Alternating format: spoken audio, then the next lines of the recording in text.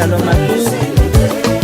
Innombrables sont ses bienfaits, vraiment je ne Les peux frères, les les sœurs qui sont connectés ce soir.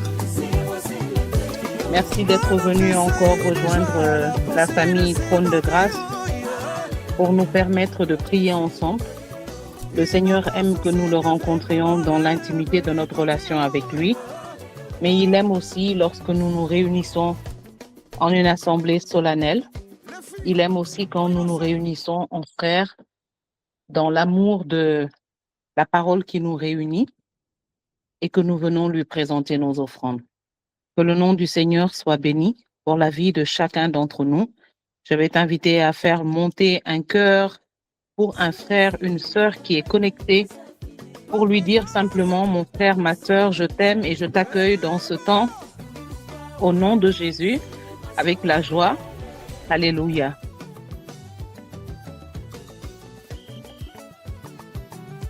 Je n'entends pas tes cris de joie. On y va encore une fois. Il est digne, let's go.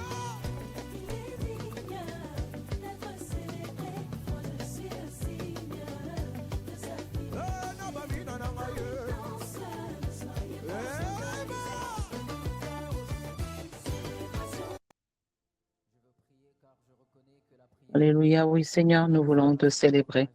Célébrer ta bonté, célébrer ta fidélité dans nos vies chaque jour.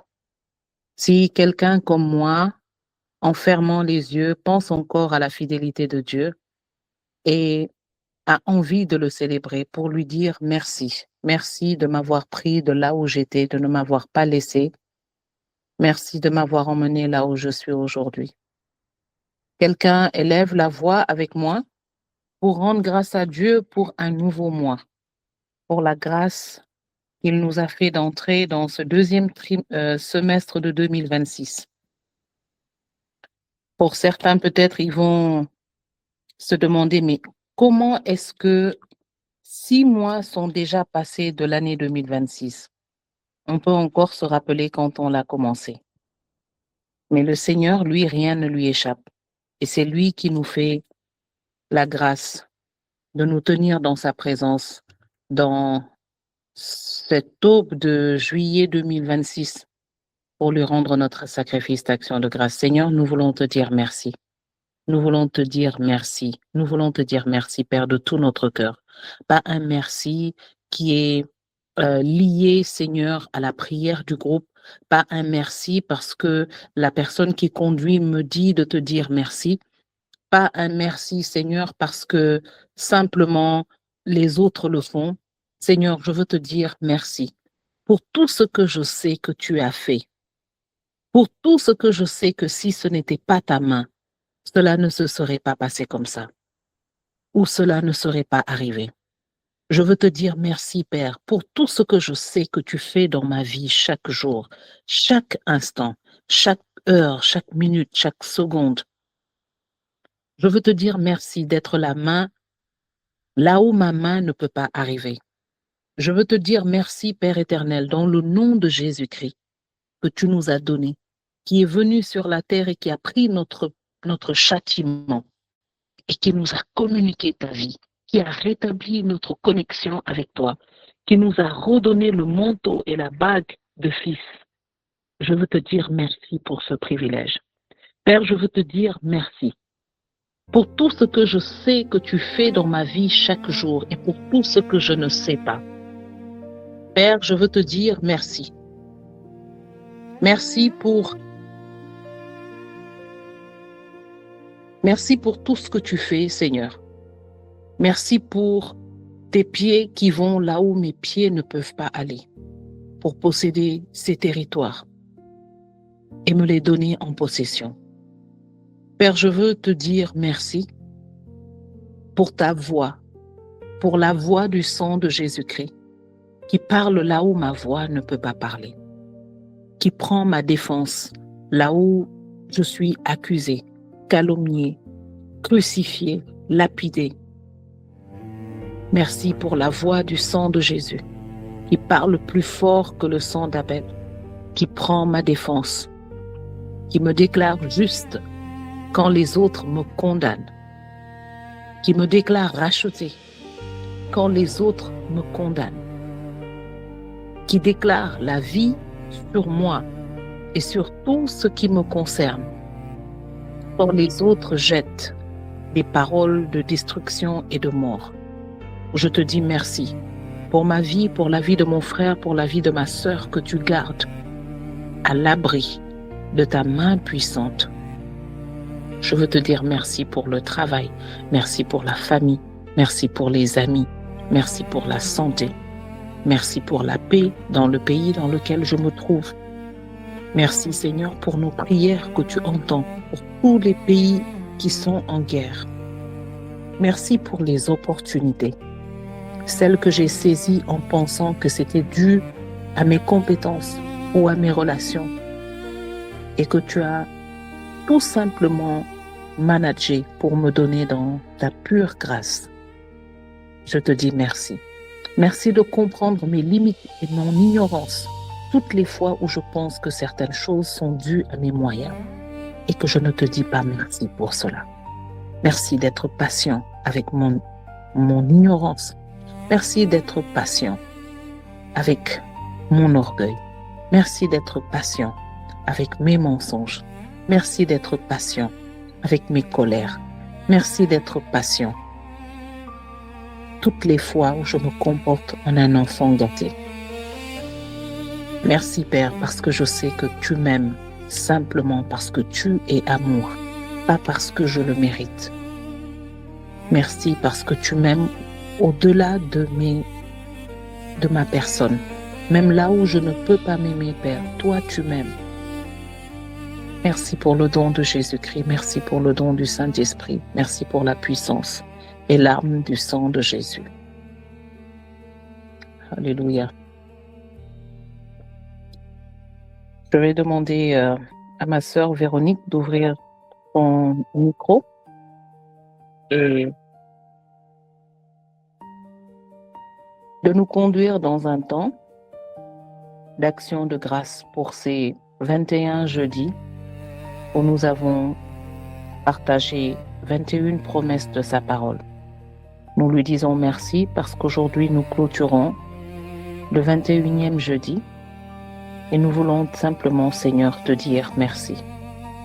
Merci pour ce parcours et tout ce que tu nous as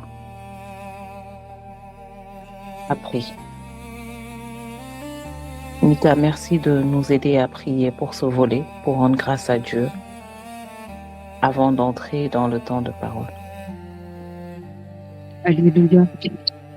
Dieu éternel, nous te bénissons. Seigneur, nous te disons encore merci pour tout ce que toi tu as permis dans nos vies. Seigneur, merci pour ces temps de grâce. Merci pour ces temps glorieux. Merci pour ces temps de qualité. Merci Seigneur pour tout ce que nous avons eu à partager durant ce temps, Seigneur. Nous avons parlé du renouveau spirituel, de l'amour, Seigneur. Nous avons parlé de comment échapper à la tentation, de ta grâce, Seigneur. Nous avons parlé de ta confiance divine, Seigneur. Nous avons parlé de ta paix. Aujourd'hui encore, tu nous fais la grâce, Père, de venir encore partager ta parole, Seigneur. Nous ne pourrons jamais te dire à quel point nous te sommes reconnaissants. Chaque jour quand on se lève, Seigneur, est un jour nouveau. Ton psalmiste disait, voici le jour que fit le Seigneur, Seigneur, qu'il soit un jour de joie, qu'il soit un jour de paix, éternel Dieu. Aujourd'hui, nous ne pouvons que te rendre grâce. Nous sommes là, nous sommes bénis, nous avons le temps de nous asseoir, de partager ta parole, de nous édifier les uns les autres, d'écouter encore parler de ta grandeur. Alors que Seigneur, peut-être qu'il y a des gens qui auraient bien aimé avoir ça, mais qui ne le peuvent pas. Parce que peut-être qu'ils sont dans des endroits, Seigneur, où ils n'ont pas le droit, Seigneur, de se connecter pour prier, Seigneur, de prendre du temps avec toi. Mais toi, tu sais ce qui est au plus profond de leur cœur éternel.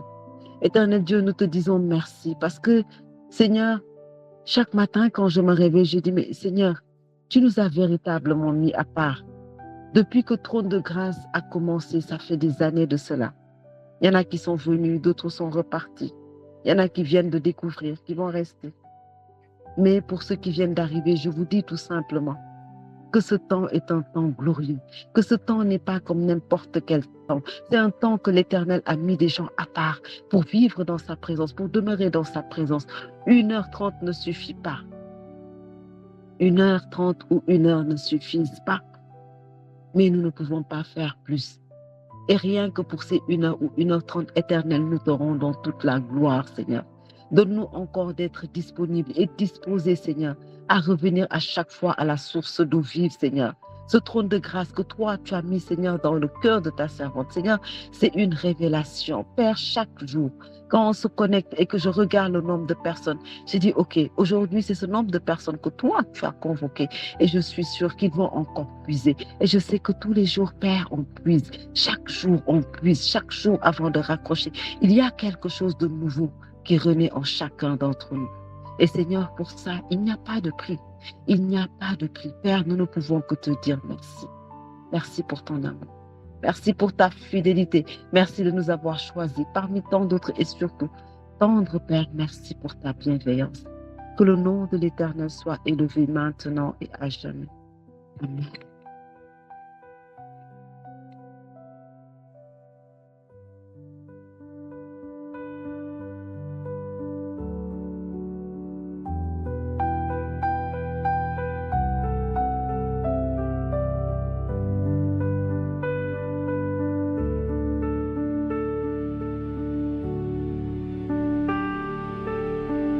Merci Seigneur. Nous savons qu'il y a bien plus que 21 promesses dans ta parole pour nous. Et pourtant, simplement en ayant exploré 21 promesses, 21 passages où tu nous garantis ton amour, tu nous garantis que ta main puissante était et restera à l'œuvre pour nous. Tu nous as bénis, tu nous as édifiés, tu nous as fait grandir. Et il n'y a pas de mots, Seigneur, pour te rendre grâce. Comme le dit Mika, c'est véritablement un temps prophétique, un temps d'intimité, un temps de révélation que tu nous donnes de passer avec toi tous les jeudis. Ce soir encore, Seigneur, nous voulons entendre ta voix et pas celle d'un homme. Nous voulons, Seigneur, recevoir tes directives. Nous voulons grandir encore davantage aujourd'hui. Et nous voulons, Seigneur, être nourris à ta source. Ce matin, je méditais et je pensais à quelque chose. Je lisais un article et je me suis dit, il y a quand même des choses qu'on n'a pas expliquées en fait aux jeunes mamans. Moi, je ne me rappelle pas qu'on m'ait donné ces détails. On dit souvent aux jeunes mamans qui viennent d'avoir un bébé, on le dit même à la clinique, on te dit, il faut réveiller ton bébé chaque 2 heures ou 3 heures, je ne sais plus 2 ou 3 heures, et il faut le nourrir. Il faut le réveiller chaque 2 heures ou 3 heures et il faut le nourrir. Moi, j'avais des bébés qui aimaient dormir. Et donc, j'ai dit une fois, j'ai demandé au médecin, mais pourquoi il faut les déranger? Pourquoi il faut les déranger pour les nourrir? On ne peut pas les laisser dormir et ensuite, quand ils se réveillent, et il a dit non, il ne faut pas faire ça. Même s'ils dorment, il faut tapoter leurs joues, il faut les bouger, il faut les réveiller tous les 2 heures et 3 heures et il faut les nourrir. De toutes les façons, dès que vous leur donnez à manger, ils vont se réveiller.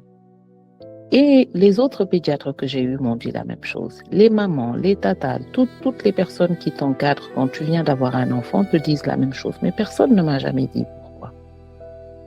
Et je vois que c'est ce qui se dit partout. Et puis, bien après que j'ai fini d'avoir des enfants, c'est là que j'ai appris en fait que lorsqu'on dort, en principe, le taux de sucre a tendance à baisser beaucoup. Et il semble que chez les nourrissons, ce même procédé se passe, mais chez eux, comme ils sont très petits, le taux de sucre descend encore plus vite. Et donc, si on les laisse trop longtemps, ils peuvent en fait faire une crise, je ne sais pas comment ils appellent ça, et c'est ce qui peut créer en fait, c'est ce qui généralement occasionne ce qu'on appelle la mort du nourrisson. Et ils ont dit c'est la raison pour laquelle il faut les nourrir chaque 2 heures, 3 heures parce qu'ils sont très petits, ils ont un très petit estomac, il y a pas assez. Voilà, il faut pour toujours garder les fonctions qui leur permettent de croître, de croître, de croître.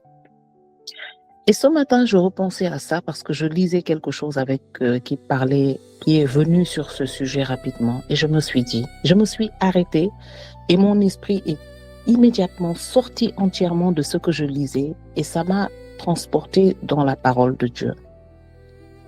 Et je me suis dit, en fait, tout ce que le Seigneur nous a dit on a tellement l'habitude de le lire qu'on ne comprend pas que Dieu n'a pas parlé au hasard. Il n'y a pas une virgule de sa parole qui a été mise au hasard.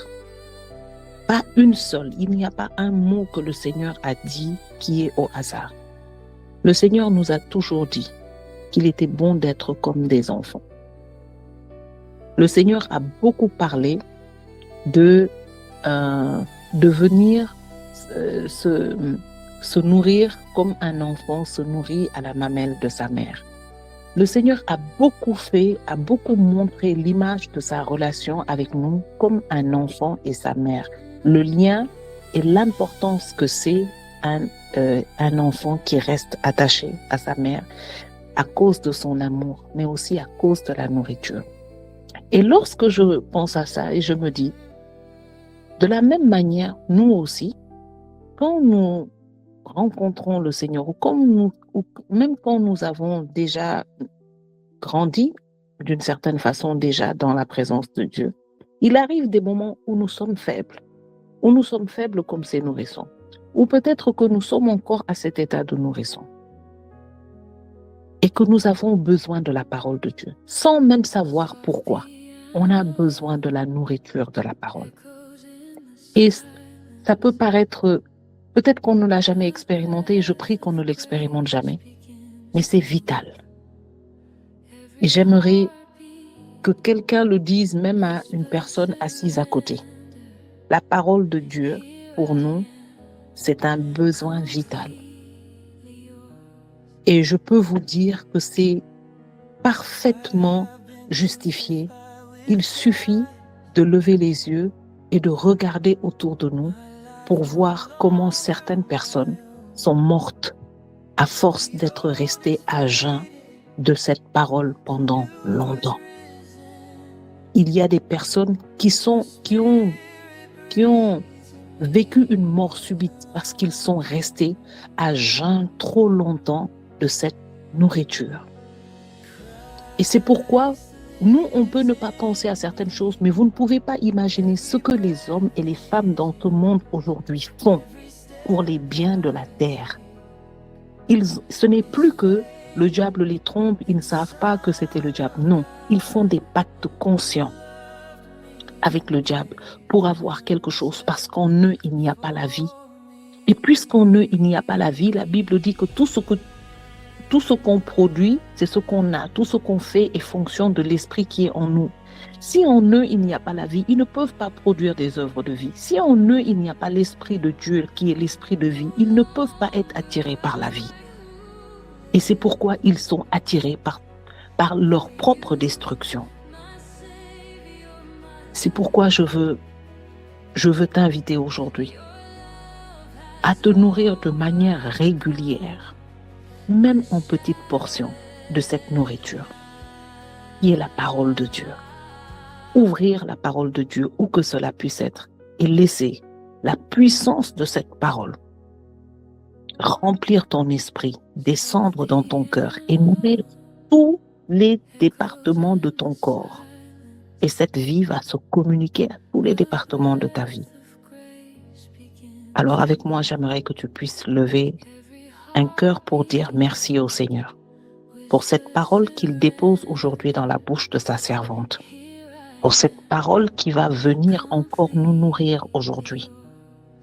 Et avant même que le temps de parole ne commence, j'ai voulu faire ce témoignage parce qu'il est bon que nous faisions les choses avec une pleine conscience.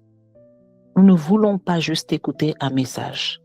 Nous sommes en train de nous tenir devant les mains ouvertes du Seigneur qui relâche la nourriture dont nos vies, dont nos âmes ont besoin. Ce soir, Seigneur, nous ne voulons pas écouter comme nous avons écouté jeudi passé. Ce soir, nous voulons écouter comme tu as prévu que nous écoutions. Ce soir, nous voulons recevoir ce que tu as toi-même prévu. Père, tout ce qui était sur le point de mourir dans notre vie, à cause, Seigneur, d'un jeûne, conscient ou inconscient de ta parole, à cause d'une négligence, Père, ce soir, redonne vie au travers de la parole que tu déposes dans le cœur et dans la bouche de ta servante. Que cette parole comme une eau coule sur nous et irrigue tous les départements de nos vies qui sont asséchés par la faim, qui sont menacés de mort, de disparition, à cause de la sécheresse. Que ta parole descende, que ta parole abreuve, que ta parole rafraîchisse, nourrisse et nous fasse grandir pour la gloire de ton nom. Merci Seigneur. Je vais appeler la bergère Regina pour donner le message pour clôturer ces 21 jeudis. Bergère Regina, si tu es prête, tu peux commencer par partager ce que tu as mis dans ton cœur. I have been crucified with Christ. My life no longer my own. The old is faded, the new is risen. Your spirit breathes in me alone.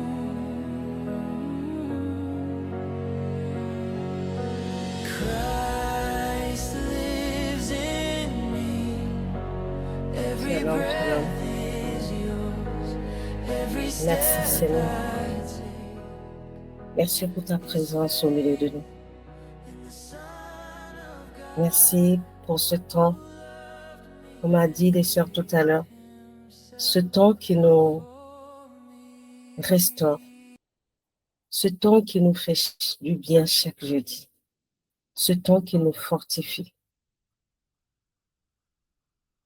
Moi, personnellement, je suis souvent très pressée pour qu'on arrive à jeudi, parce que je sors toujours de ce temps fortifié, grandi. Et Seigneur, je veux te dire merci, parce que tu nous remplis de ton amour, tu nous remplis de ta force. Et nous voici au dernier promesse. Nous avons choisi 21. Tu nous as parlé de ton amour, de ta fidélité, de la confiance, tant de promesses, qui est aujourd'hui pour nous, je dirais, une arme face aux épreuves, face aux situations que nous traversons. Tu nous as donné les clés. Certes, il y a d'autres promesses, mais ces 20 que nous avons déjà vu méditer, et le 21 que tu nous as donné aujourd'hui, sont si précieux, si importants dans notre vie de chaque jour.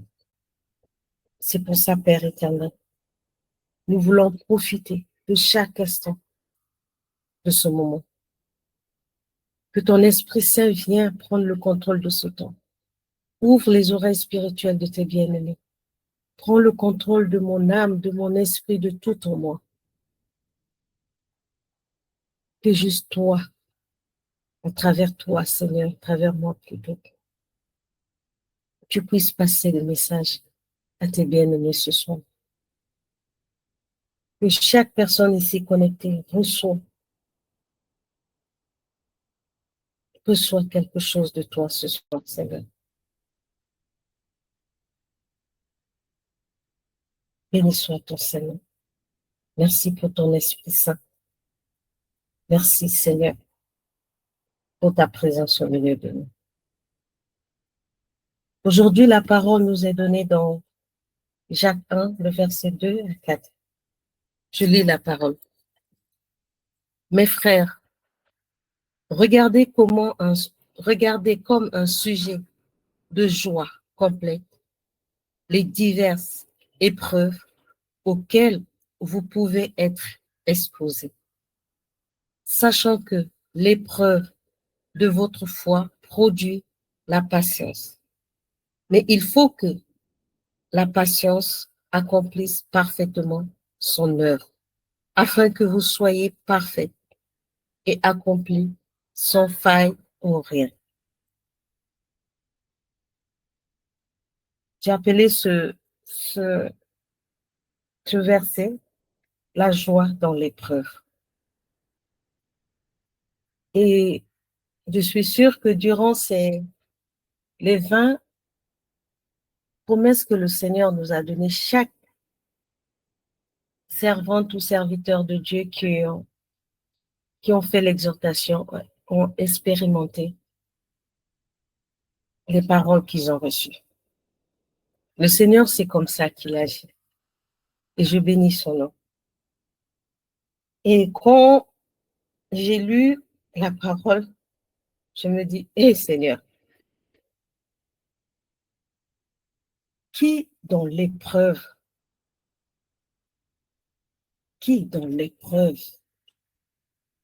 est dans la joie? Comment on peut être dans la joie dans l'épreuve? Cette parole est très profonde. Et pourquoi tu finis ce temps de méditation sur les promesses, sur ce verset? Mais nous allons par la grâce de Dieu, du Saint-Esprit, pour nous édifier, pour nous comprendre cette parole ensemble.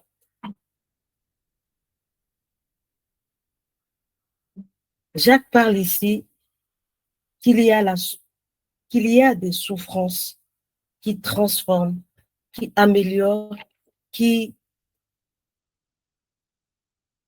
nous rend, qui ne détruit pas.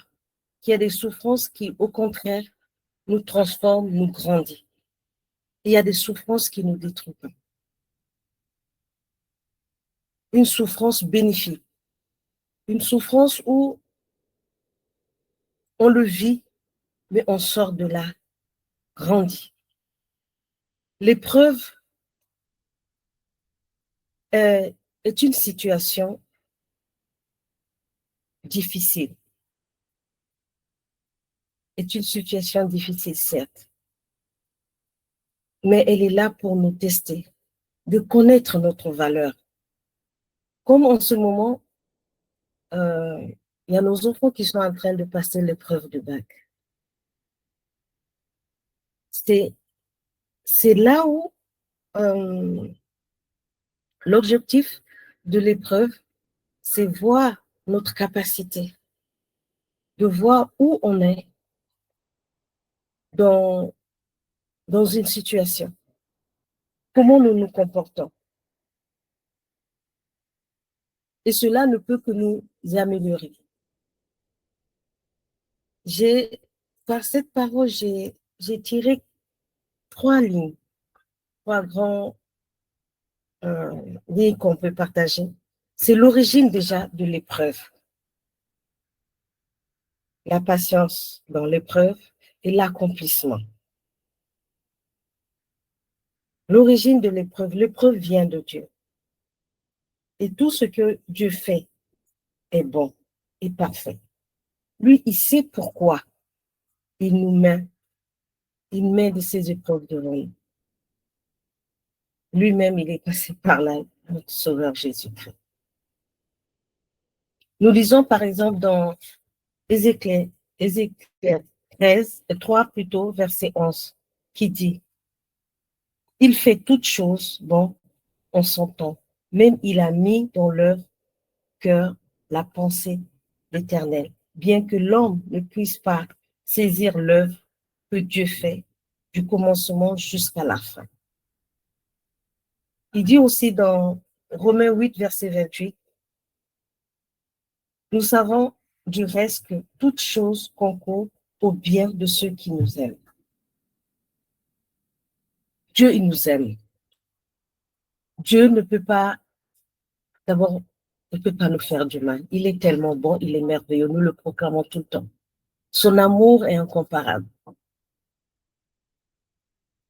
Son amour est, même le merci que nous disons chaque jour ne suffit pas. Et marcher avec ces paroles, et c'est ça qui fait que la servante parlait tout à l'heure de l'importance de se nourrir de la parole. Parce que le Seigneur, il sait, c'est comme ça qu'on grandit. Avec la parole, les situations quand nous sommes devant certaines situations, c'est cette parole-là qui nous donne cette force, qui fait que nous rentrons dans la joie. Parce que nous savons que telle situation, notre Seigneur, notre Sauveur, il a dit ça, ça, ça. Et comme il l'a dit, je ne vais pas m'inquiéter. Je veux rester dans cette paix, dans cette assurance, en disant qu'il est là, il gère tout, il est au contrôle du tout. Tel est aussi. C'est comme ça aussi que notre foi grandit dans ces épreuves, dans ces situations. Parce que la foi, comme dit la parole dans Hébreu, est une ferme assurance dans des choses qu'on espère, une démonstration de celles qu'on ne voit pas. C'est-à-dire, on reste dans la situation, mais nous savons que cette situation, notre Sauveur qui est là, notre Seigneur qui est devant, qui te permet. Il y a quelqu'un qui a son micro ouvert. Ouais. Que si c'est la volonté de Dieu que nous devons passer par cette épreuve, nous attendons dans la confiance, dans l'assurance. Et c'est là où la foi, c'est là où est notre foi, parce que nous croyons qu'il y a un Dieu qui est là, qui va nous sortir de cette situation, parce qu'il a dit telle chose, il a dit telle chose par rapport à cette situation que je suis en train de vivre. Et ce qui fait que nous vivons cette situation dans la joie, dans la paix. Et nous avons l'assurance que nous allons sortir de cette situation et pour la gloire de Dieu. Et là viendra notre joie dans les épreuves. Il y a aussi la patience dans l'épreuve. Comme il a dit, Jacques l'a dit. Il dit, sachez que l'œuvre, l'épreuve de votre foi produit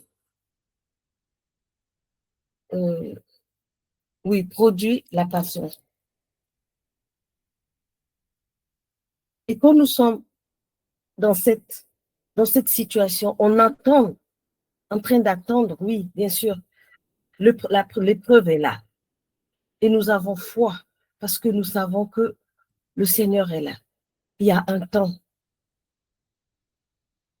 Il y a un temps. Et ce temps d'attente, c'est pas de rester là comment dirais-je, voilà, j'ai foi en mon Dieu, je suis là, je ne fais rien, j'attends que ça passe. Non. Ce temps d'attente, c'est le temps où il nous transforme. C'est le temps où, par sa parole, je reviens vraiment sur la parole, vraiment, je bénis le Seigneur qu'il a mis ça dans le cœur de sa servante. De rester en attente dans la parole de Dieu. Lire la parole, voir méditer la parole. Qu'est-ce que le Seigneur m'a dit dans cette situation? Ses promesses. Parce qu'il y a plusieurs promesses dans la Bible. Et dans cette attente, il nous fortifie. Il dit, le Seigneur a dit telle chose. Donc, sa parole est vérité. Il va arriver. Ça va se réaliser. Et l'attente, dans cette attente, il y a plusieurs choses qui arrivent. Il y a le brisement. Il y a transformation. Il y a ce que je dirais, nous grandissons pendant ces épreuves. Parce que le Seigneur nous fortifie. De toutes les façons, pendant le temps, c'est le Seigneur qui décide du temps. Si c'est l'épreuve, on va le vivre 1 mois, 2 mois, 2 jours, 3 jours, c'est le Seigneur parce qu'il prend tout son temps pour nous transformer, pour nous faire, comment je dirais ça, devenir une personne nouvelle, une nouvelle personne. Et si vous voyez bien, quand on décide de marcher avec le Seigneur, on est une autre personne. Et l'espace où nous commençons à marcher avec lui, dans sa parole, avoir une intimité avec lui, vivre selon sa parole, il y a quelque chose qui change en nous. On devient une autre personne. Et je me rappelle, j'étais en vacances chez ma belle-sœur, ça faisait des années, on ne s'est pas vu. Et elle me regarde une fois, elle me dit, Regina, tu as beaucoup changé. J'ai dit, ah bon? Mais moi, je ne voyais pas ça. Elle dit, non, tu as beaucoup changé. Ta façon de parler, ta façon d'être, de prendre les choses, tout ça change. Et c'est dans ces problèmes, c'est parce que aussi, durant le temps qu'elle m'a connue, jusque-là, il s'est passé des années, il s'est passé des choses dans ma vie. J'ai eu des épreuves dans ma vie que elle, peut-être elle savait, mais elle n'a pas vécu avec moi. Donc, cette épreuve, moi, ça m'a changé, mais elle n'a pas vécu. Donc, elle m'a vu après, elle a constaté ça. Et souvent, dans ces épreuves, nous-mêmes, on ne se rend pas compte de cette transformation. Et je veux vous inviter à aller sur la page du Bergère parce qu'elle a posté une méditation tout à l'heure. Et je lui disais, elle parlait de 2 catégories des personnes qui traversent des épreuves. Et je lui disais même dans le truc, c'est effectivement c'est une première catégorie, c'est ça qui se réfère à cette parole que de vivre l'épreuve dans la joie. C'est-à-dire que quand tu es conscient que cette épreuve, ce qui est souvent, on ne se rend pas compte que cette épreuve, en sortant de cette épreuve, parce que tôt ou tard, on va sortir de cette épreuve. Et il faut savoir comment sortir de cette épreuve, comment le vivre et comment le sortir. Est-ce que tu sors de cette épreuve victorieux pour la gloire de Dieu, transformer, grandir et voir des choses autrement, renouveler en toi-même, ou tu vas sortir de cette épreuve plus mal encore, plus affecté, plus être abandonné, plus, c'est-à-dire que perdre ta paix, que le diable a tout pris en toi, ou grandir dans cette épreuve, comme je disais tantôt, que soit, si c'est l'épreuve de Dieu, tu vas être transformé, grandir, où tu vas être détruit. Mais les épreuves dans le Seigneur, c'est toujours pour la gloire de Dieu. C'est pour ça, je pense que le Seigneur a mis dans le cœur de la servante de mettre ça en dernier. Que l'épreuve, on les aura toujours. Mais comment le vivre? Comment le vivre? Comment être dans la patience? Attendre cette transformation. Accepter aussi cette transformation dans notre vie. Et c'est là où nous pouvons dire, comme le Seigneur sur la croix, l'accomplissement de l'œuvre de Dieu dans notre vie. L'accomplissement. Je suis sortie de cette épreuve, transformée, grandie en Jésus-Christ. L'épreuve est une expérience dure, certes, mais lorsque nous le passons, nous pensons à l'origine plutôt divine et à ses objectifs bénéfiques dans notre vie, nous considérons alors l'épreuve comme un sujet de joie parfait et non une supplication en épreuve qui nous détruit, qu'on n'a plus d'espoir et tout est perdu. Dieu qui est à la source de toutes choses, il a toujours voulu notre bonheur. Il a toujours voulu notre paix. La peur par la compassion. Il a envoyé son Fils. Il a envoyé son Fils pour tout prendre sur nous. Pour tout prendre sur nous. Et nous donner cette liberté, cette paix, cette joie. Et l'accomplissement de cette situation, c'est comment nous sommes après. Comment nous vivons après. Pour ceux qui ont la foi en Dieu, c'est le sacrifice de Jésus sur la croix. C'est véritablement je dirais, une puissance de la joie dans l'épreuve. Parce que quand on voit ce qui s'est passé avec Jésus, tout ce qu'il a souffert, tout ce qu'il a vécu, et sur la croix, il dit, tout a été accompli.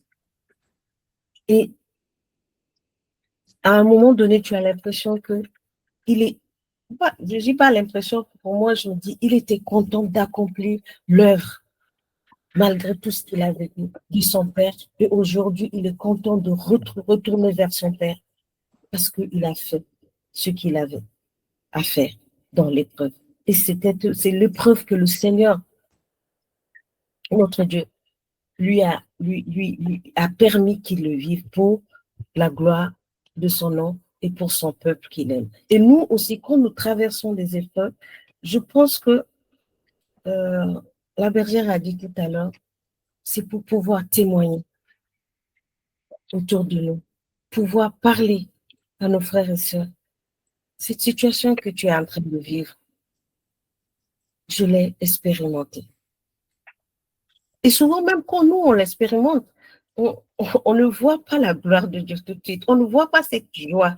Mais c'est quand on sort de là, on se dit, mais mince, mais regarde ce que j'ai vécu. Mais comment j'ai pu, même toi-même, tu t'étonnes, comment j'ai pu sortir de cette situation?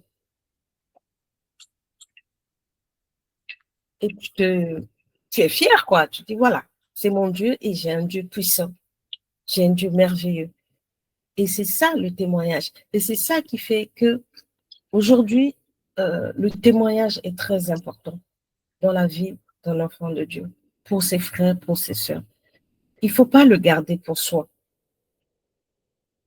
Et souvent, les épreuves, il y a plusieurs épreuves. Il y a la maladie, il y a le décès, il y a plein de choses. Et même la personne qui est malade, les gens qui sont autour. Je vais vous faire un petit témoignage que, euh, que j'ai vécu, que je peux aussi un peu comparer à l'épreuve de la croix, qu'on dit souvent pour les non-croyants, c'est de la folie.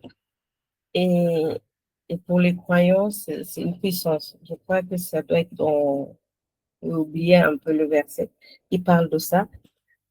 Je l'ai un peu vécu avec ma grande sœur qui n'est plus de ce monde, que son âme repose en paix. Et je sais que là où elle est très bien. Pendant des années, elle était malade. Elle avait le cancer, mais qui revenait, qui partait, qui revenait.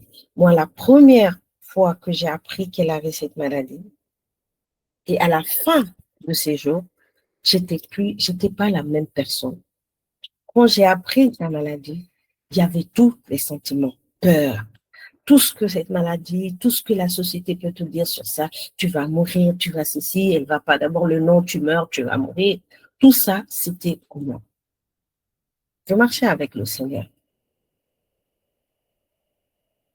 Et on l'a accompagné, moi et mon autre sœur, dans cette maladie. Elle a vécu plusieurs années avec cette maladie parce que ça revenait, ça partait, ça revenait, ça partait. Donc, c'était comme le yo-yo. On priait, elle guérissait de tel. Une année après, une autre qui sort, c'était comme ça. C'était comme ça. Mais je veux vous dire que à chaque fois qu'on a avancé avec elle, il y avait quelque chose qui se passait en nous et en elle.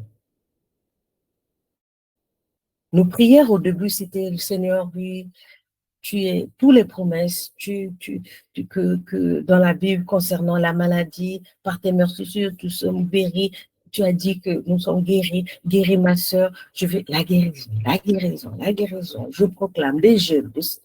Mais au fur et à mesure, je vous jure que notre prière commençait à changer.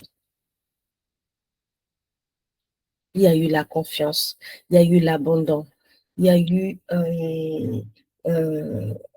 la délivrance, la transformation. Mais ma soeur qui était malade, c'était une autre personne, sa façon de parler. Sa vie même étant malade, était un témoignage pour les autres. Notre façon de prière, c'était, Seigneur, maintenant c'est la confiance, on met tout entre tes mains. Au fur et à mesure, ça a avancé, jusqu'à arriver à un moment où le Seigneur nous dit, c'est bon maintenant. C'est bon. Ça fait, voilà, toutes ces années, c'est le temps maintenant. Elle doit partir. Et je vous dis, elle commençait, elle-même qui priait avec nous décrire où elle allait, mais avec joie, avec. Elle décrivait à ma soeur, toi, tu devais m'amener dans le jardin qui est dans tel endroit, tel endroit. Elle habitait à Toulouse. Elle décrivait l'endroit. Ma soeur qui vivait à Toulouse depuis des années, elle dit, mais moi, je ne connais pas ce parc-là que tu me parles. Là où tu me dis qu'il y a plein de trucs. Elle lui disait ça tout le temps. Et ce qui fait que quand elle est partie, au moment de son enterrement, on a pleuré, c'est normal, mais on était dans la joie. Il y avait une servante de Clé de David, Élodie, qui était avec nous. On était trois. On était en train d'adorer, louer. Les autres pleuraient autour. Même notre propre famille, jusqu'à aujourd'hui, il y en a qui nous en veulent parce qu'ils nous disaient qu'on a négligé. On n'avait pas de sentiments. D'abord, on l'a pas mis des perruques, on l'a pas maquillée, on l'a laissée comme, comme elle était. Comme elle était, on devait la maquiller. Elle était. En fait, nous, c'était pas ça. C'était pas le corps qui était là. C'était la joie que son esprit était là où il devait aller. Et l'homme, comme dit cette parole, que pour eux, c'était insensé de voir qu'on ne sait pas occupé du corps, elle avait sa robe blanche, je l'ai amenée, mais on ne l'a pas maquillée, on ne l'a pas mis des perruques parce qu'elle avait perdu bien sûr ses cheveux. Et les oncles, les tantes, il y en a qui étaient fâchés avec nous. Mais nous, on était dans un coin, Elodie, ma soeur et moi, en train de louer le Seigneur, adorer le Seigneur. Même moi, aujourd'hui, je vous en parle, je me dis, mais comment ça se fait? On avait cette attitude, mais c'était le Seigneur. C'était le Seigneur, cette parole que Jacques nous dit, même dans l'épreuve, il faut rester dans la joie. Parce que cette épreuve-là m'a transformé, a transformé beaucoup de choses, beaucoup de gens autour de nous. Cette épreuve, elle-même, ça l'a transformée. Mais c'est pas facile. Je le dis comme ça, mais c'est un témoignage où c'est des mois après que j'ai vu la gloire de Dieu dans cette épreuve. C'est pour ça même, c'est des épreuves quand on perd quelqu'un, il faut toujours chercher à comprendre le message du Seigneur dans chaque épreuve. Qu'est-ce qu'il veut nous montrer? Qu'est-ce qu'il veut nous faire comprendre? Quelquefois de brisement, quelquefois cette transformation, quelquefois les gens vont te dire tu n'as pas de sentiments. C'est pas ça, mes frères et sœurs. C'est pas ça. On a des sentiments. Mais le Seigneur nous a tellement transformés, nous a tellement amenés dans une autre dimension, parce que c'est très profond ce verset. Parce que tu viens dire à quelqu'un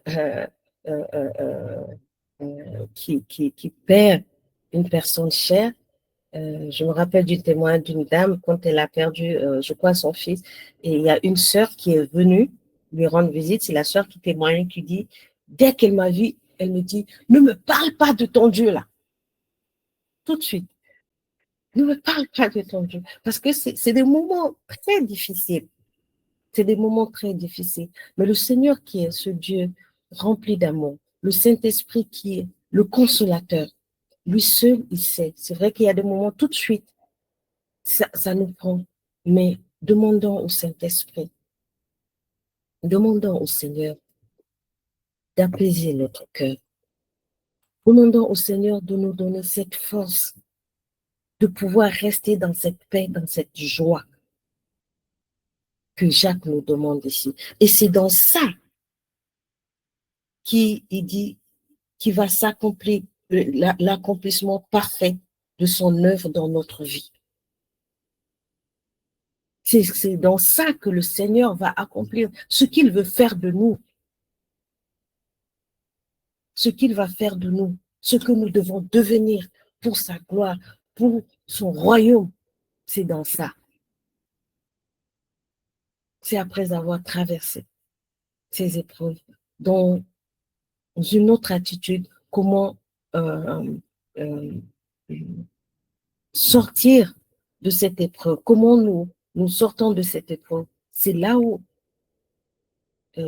tout va être accompli, comme le Seigneur Jésus a dit sur la croix.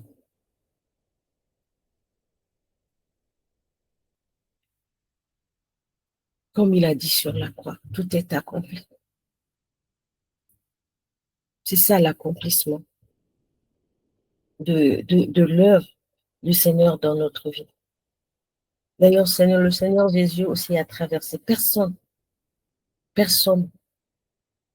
qui aujourd'hui se dit qu'il donne sa vie au Seigneur, même pas, ne dit pas qu'il va traverser une épreuve, que tout va être rose, non. Parce que comme nous venons à lui, il faut qu'il nous débarrasse des choses en nous, qui va nous alourdir, qui nous empêcher de rentrer dans notre destinée. Il faut qu'il nous brise, il faut qu'il nous façonne comme le potier. Il faut qu'il nous transforme.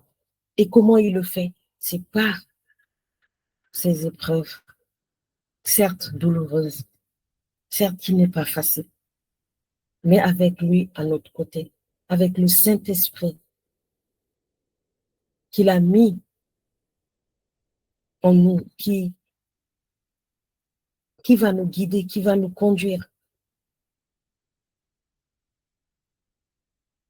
Nous vivrons dorénavant ou à l'avenir, même si cette épreuve va revenir, nous allons le vivre autrement. Nous allons le vivre autrement parce qu'il y a quelque chose déjà en nous qui a été brisé, qui a été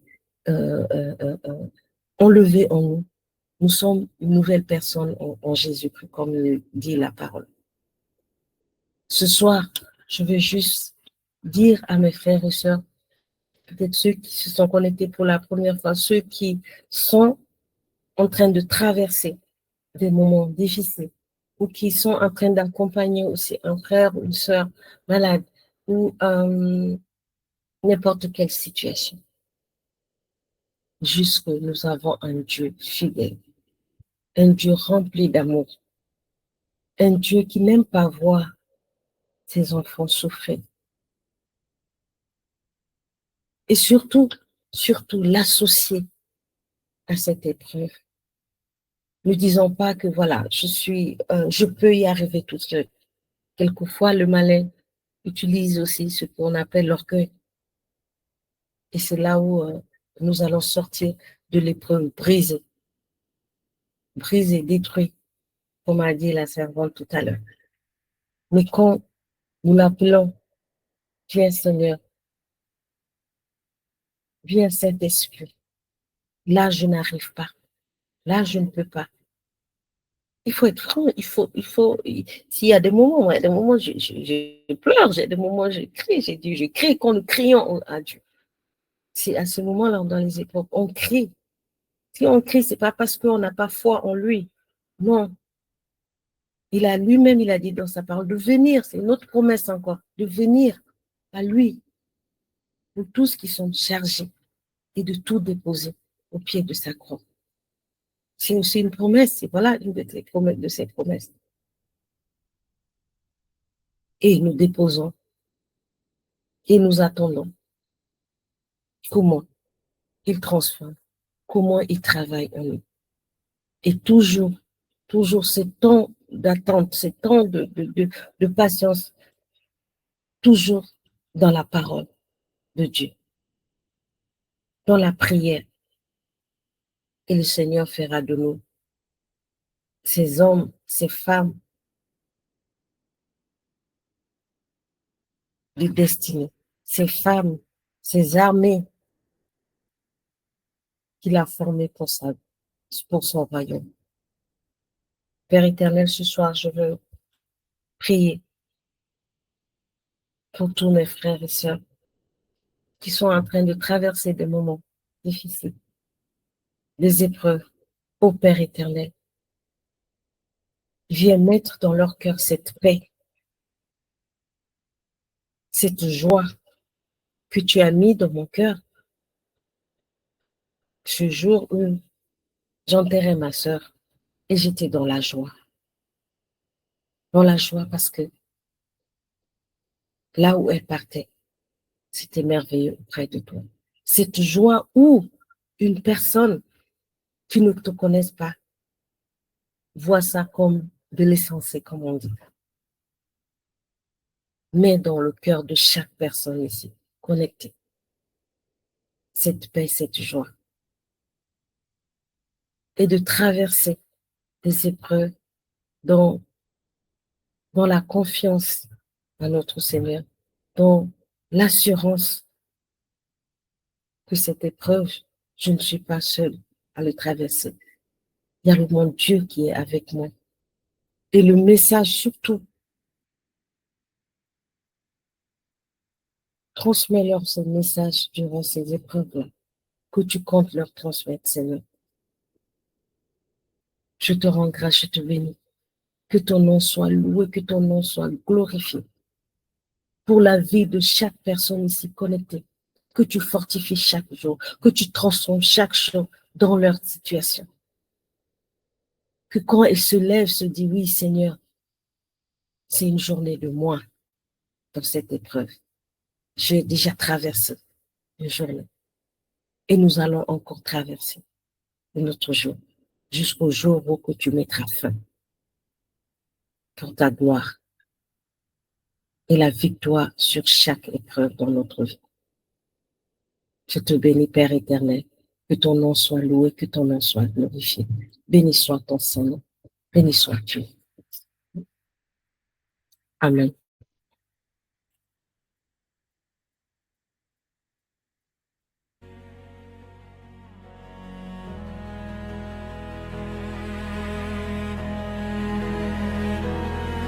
No longer I who live, but you, my Savior, my life. Your love has overcome the shadow and the night.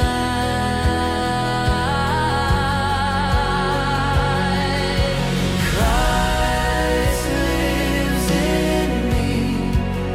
Every heartbeat sings. By faith I stand in the love that never ends. Christ lives in me. Forever I am yours.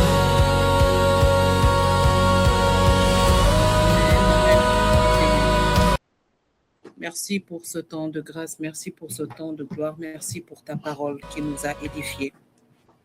Merci Seigneur pour tous les rappels que tu nous donnes, que lorsque nous traversons l'épreuve, ce n'est pas parce que tu nous as abandonnés. Merci de nous rappeler que tu exerces nos mains au combat et nos doigts à la bataille. Et que ton amour pour nous, Seigneur, n'est pas un amour qui nous guide là où tu n'as pas de provision. Merci de nous rappeler, Seigneur, que la vraie joie que produit ton esprit, c'est une joie qui cohabite avec les douleurs que les épreuves de la vie produisent en nous. Et ces douleurs ne peuvent pas éteindre cette joie. Mais cette joie, elle peut finir par guérir et faire disparaître totalement les douleurs que la vie nous apporte. Comme l'a dit Berger Regina, lorsque nous disons que notre cœur est dans la joie alors que nous sommes en train de traverser une épreuve, nous ne sommes pas en train de dire que nous apprécions l'épreuve. Nous ne sommes pas en train de dire que nous nous réjouissons de l'avoir reçue. Nous sommes simplement en train de rappeler que nous avons une espérance et que la joie qui nous habite est une joie qui peut cohabiter avec les plus fortes douleurs. Et ça, je le confirme totalement. La joie de l'esprit que Dieu nous donne, c'est une grâce de savoir que même lorsque nous pouvons pleurer à chaudes larmes, cette joie, elle existe au fond de nous. C'est une paix intérieure, c'est une voix, c'est une sorte de repos qu'on sent au fond de nous. C'est une promesse qu'on entend au fond de notre être qui nous dit, même si tout semble perdu, ta vie est dans ma main, ton avenir est dans ma main. J'ai expérimenté cela lorsque le père de mes enfants a disparu. Il y avait tout autour de moi pour me dire que tu ne pourras plus jamais te relever. Des gens avaient prédit que, voilà, c'était... En fait, ils riaient simplement parce que, voilà, pour plusieurs raisons. Et ces mêmes personnes n'avaient qu'un seul regret dans leur cœur, c'était que je continue de prier et de prêcher. C'était tellement fort qu'ils sont allés demander à des gens de me dire de respecter un peu mon deuil et d'arrêter d'aller parler, pour ne pas dire prêcher partout. Et je me suis dit, c'était donc ça que vous cherchiez. Et vous n'êtes pas parvenu à l'avoir. Vous pensiez que l'épreuve allait peut-être enlever cette joie. Pourtant, j'allais prêcher en pleurant. Je finissais de prêcher, je rentrais chez moi et je pleurais toute la route.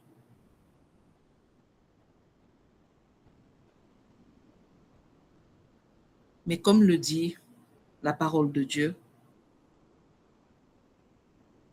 ce sont des choses que la chair ne peut pas comprendre. Alors Seigneur, nous te disons merci pour le don de l'esprit que nous demandons maintenant et tous les jours de notre vie, qui nous grandit, qui nous fortifie et qui nous apprend les choses du ciel, qui nous apprend et qui nous exerce à des réalités que notre simple volonté ne peut pas. Et c'est pourquoi je prophétise au nom de Jésus que cette transformation de l'esprit, que cette nourriture qui te fait grandir chaque jour, emmènera tout le monde autour de toi, y compris tes ennemis, à déclarer à voix forte que tu as changé en bien, que tu as été visité par quelque chose qui t'a transformé en bien. Au nom de Jésus, je le déclare. Ceux qui t'aiment le déclareront avec joie. Et ceux qui ne t'aiment pas le déclareront avec étonnement. Au nom de Jésus-Christ. Que le nom du Seigneur soit béni, que toute la gloire lui soit rendue.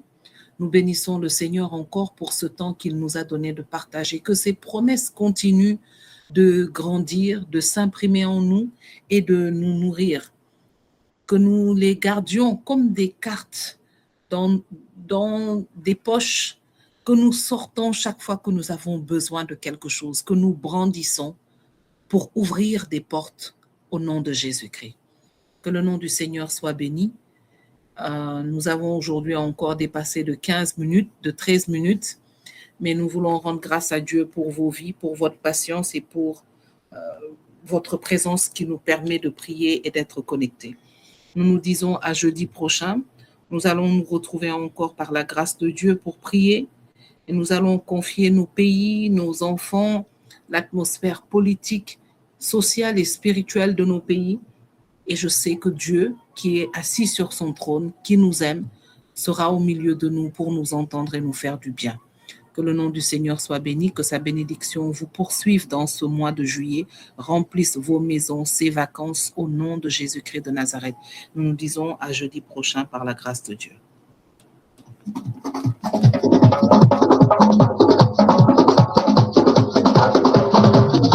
Est-ce que tu connais l'amour de Dieu? Quand ça tombe sur toi, c'est pas déjà. On ne peut pas dans ta machine à oba. Pardonnez de ma mère comme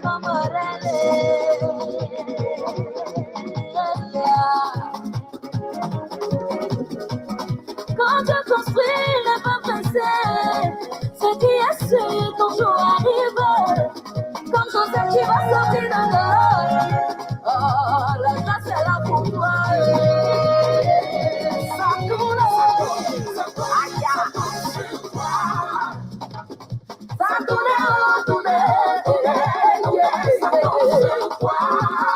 la gloire de Dieu, la faveur de Dieu.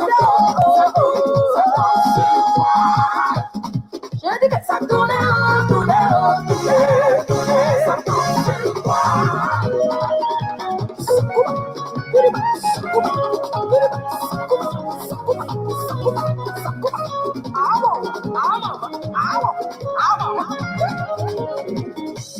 Quand j'étais lié, il m'a libéré.